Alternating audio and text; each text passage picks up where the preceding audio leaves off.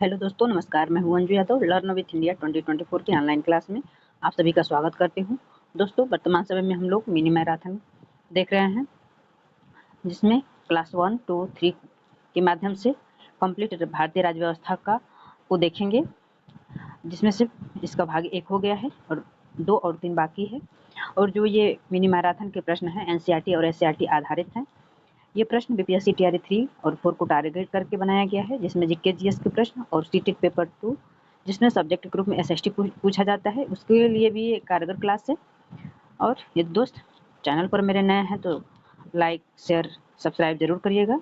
यदि आप पीडीएफ प्राप्त करना चाहते हैं तो मेरे Telegram channel learn with India official से जुड़ करके डेली बेस पे पीडीएफ प्राप्त कर सकते हैं। चलते हैं बिना समय गवाए अपने मेन टॉपिक पर।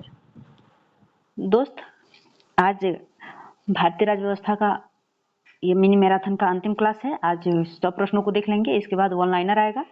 चलिए बिना समय गवाए अपने मेन टॉपिक की तरफ चलते हैं। राज्य के नीति निर्देशक तत्वों का क्या उद्देश्य है? राज्य के नीति निर्देशक तत्वों का मुख्य उद्देश्य जन कल्याण को प्रोत्साहन करना है। ऑप्शन नंबर सी सही होगा। भारतीय संविधान के किस अनुच्छेद के अंतर्गत अल्पसंख्यकों को शिक्षण संस्थाएं खोलने का अधिकार है? तो अनुच्छेद 30 के अंतर्गत अल्पसंख्यकों को शिक्षण संस्थाएं खोलने का अधिकार है। ऑप्शन नंबर सी सही होगा। भारतीय संविधान के किस अनुच्छेद द्वारा संस्कृति एवं शिक्षा संबंधी अधिकार प्रदान किए गए हैं? तो अनुच्छेद 29 और 30 में संस्कृति तथा शिक्षा संबंधी अधिकार प्रदान किए गए हैं।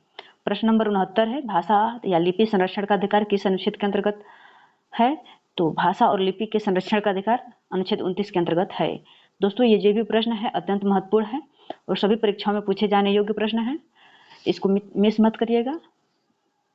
आपकी सुविधा के लिए छोटी छोटी वीडियो बना रही हैं ताकि आप पूरा वीडियो देखिए। भारतीय संविधान के किस अनुच्छेद में नागरिकों के मूल कर्तव्यों का उल्लेख है? तो अनुच्छेद 51 क में नागरिकों के मूल कर्तव्यों का उल्लेख है। प्रश्न नंबर 81 है, सारनाथ के अशोक स्तंभ के नीचे क्या लिखा है? सारनाथ अशोक स्तंभ के नीचे सत्यमेव जयते लिखा है। ऑप्शन नंबर सी सही होगा। प्रश्न नंबर 82 है, भारत का राष्ट्रीय पुष्प क्या है? ये सब तो आपको पता ही होगा, लेकिन रिवीजन के लिए इसका भाग होने के कारण ये आप लोगों को जानना जरूरी है। तो कमल है, भारत का राष्ट्रीय पुष्प कमल है। भारत का राज्य चिन्ह कहाँ से लिया गया है? तो भारत का राज्य चिन्ह सारनाथ के अशोक स्तंभ से लिया गया है। ऑप्शन नंबर बी सही होगा। भारत के राष्ट्रीय गीत की रचना किसने की है? रविन्द्रनाथ टैगोर, मोहम्मद इकबाल, बंकिम चंद्र चटर्जी और उपरोक्त में से कोई नहीं।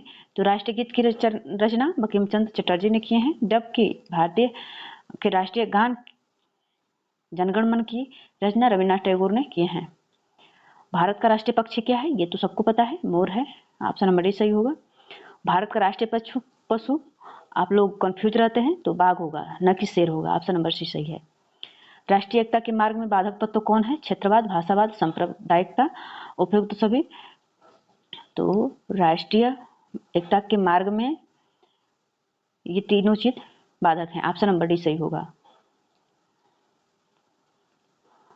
प्रश्न नंबर 88 है, भारतीय संविधान के किस अनुच्छेद में मूल धर्म, मूल वंश, जाति, लिंग या जन्म के आधार पर विभेद का प्रतिषेध किया गया है?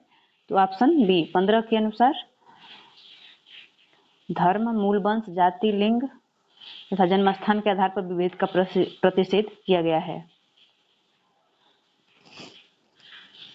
किसी के पद एवं गोपनीयता का शपथ कौन दिलवाता है? उपराष्ट्रपति, उच्चतम न्यायालय का मुख्य न्यायाधीश, प्रधानमंत्री, लोकसभा अध्यक्ष।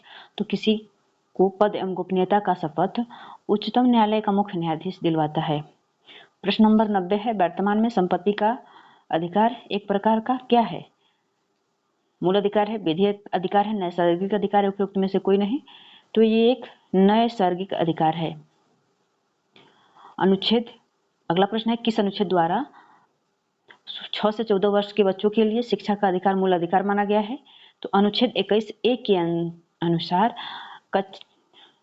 वर्ष 6 से 14 वर्ष तक के बच्चों के लिए शिक्षा का मूल अधिकार माना गया है। शिक्षा को मूल अधिकार माना गया है। प्रश्न नंबर 52 है, संविधान द्वारा अंतिम रूप से पारित संविधान में कुल कितने अनुच्छेद और अनुसूचियां थीं?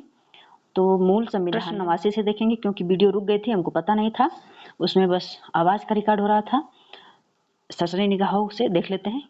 किसी को पद एवं गोपनीयता का शपथ कौन दिलवाता है? तो उच्चतम न्यायालय का मुख्य न्यायाधीश दिलवाता है। प्रश्न नंबर 90 है, वर्तमान में संपत्ति का अधिकार है, क्या है? मूल अधिकार है, विधिक अधिकार है, नैसर्गिक अधिकार है या उपयुक्त में से कोई नहीं? तो यह एक प्रकार का नैसर्गिक अधिकार है। अनुच्छेद प्रश्न नंबर 51 है, किस अनुच्छेद द्वारा 6 से 14 वर्ष तक के बच्चों के लिए शिक्षा का अधिकार मूल अधिकार माना गया है? तो अनुच्छेद 21(a) के अंतर्गत 6 से 14 वर्ष तक के बच्चों के लिए शिक्षा का अधिकार मूल अधिकार माना गया है। ऑप्शन नंबर सी सही होगा। प्रश्न नंबर 92 है, संविधान द्वारा अंतिम रूप से पारित संविधान में कुल कितने अनुच्छेद और अनुसूचियां थी? तो संविधान द्वारा अंतिम रूप से पारित संविधान में कुल 395 अनुच्छेद और 8 अनुसूचियां थी। कितने? 395 अनुच्छेद और 8 अनुसूचियां थी। अगला प्रश्न है, भारतीय संविधान के किस भाग को बी.आर. अम्बेडकर ने अनुच्छेद 32 में हृदय तथा उसकी आत्मा कहा है? तो संवैधानिक उपचारों के अधिकार को अनुच्छेद 32 में हृदय तथा उसकी आत्मा की संज्ञा दी है। प्रश्न नंबर 94 है, महान्यायवादी की नियुक्ति कौन करता है? तो महान्यायवादी की नियुक्ति राष्ट्रपति करता है। भारतीय संविधान में राज्य के नीति निर्देशक सिद्धांत कहाँ से लिए गए हैं? तो आयरलैंड से लिए गए हैं। भारतीय संविधान में राज्य नीति के निर्देशक तत्व आयरलैंड से लिए गए हैं। शून्यकाल किसका विवेकाधिकार होता है? तो शून्यकाल लोकसभा के स्पीकर का विवेकाधिकार होता है। प्रश्न नंबर 97 है, पंचायती राज व्यवस्था संबंधी प्रावधान भारतीय संविधान की किस अनुसूची में रखा गया है? तो अनुसूची 11वीं में पंचायती राज व्यवस्था संबंधी प्रावधान और भारतीय संविधान के 11वीं अनुसूची में रखा गया है। प्रश्न नंबर 98 है, भारत में कार्यपालिका अध्यक्ष कौन होता है? तो भारत में कार्यपालिका का अध्यक्ष राष्ट्रपति होता है। प्रश्न नंबर 99 है, भारतीय संघ की शक्ति किसमें निहित है? तो संसद में निहित है। प्रश्न नंबर 100 है, राष्ट्रीय अनुसूचित जाति आयोग का गठन किस अनुच्छेद में है? 338 अनुच्छेद में राष्ट्रीय अनुसूचित जाति आयोग का गठन किया गया है। ऑप्शन नंबर ए है। दोस्तों, इस सीरीज यानी मिनी मैराथन का ये अंतिम प्रश्न था। दोस्तों, ये अब राजनीतिक व्यवस्था में वन लाइनर के रूप में आएगा। इसके बाद इसका व्याख्या सहित आएगा। दोस्तों, पूरा वीडियो देखने के लिए धन्यवाद। यदि दोस्त वीडियो पसंद आए तो लाइक शेयर कमेंट जरूर करिएगा। दोस्त, मैं कंटेंट को बहुत ध्यान से तैयार करती हूँ। यदि कुछ मिस्टेक हो तो आप सुझाव देने का कमेंट में सुझाव देने का कष्ट करें। पूरा वीडियो देखने के लिए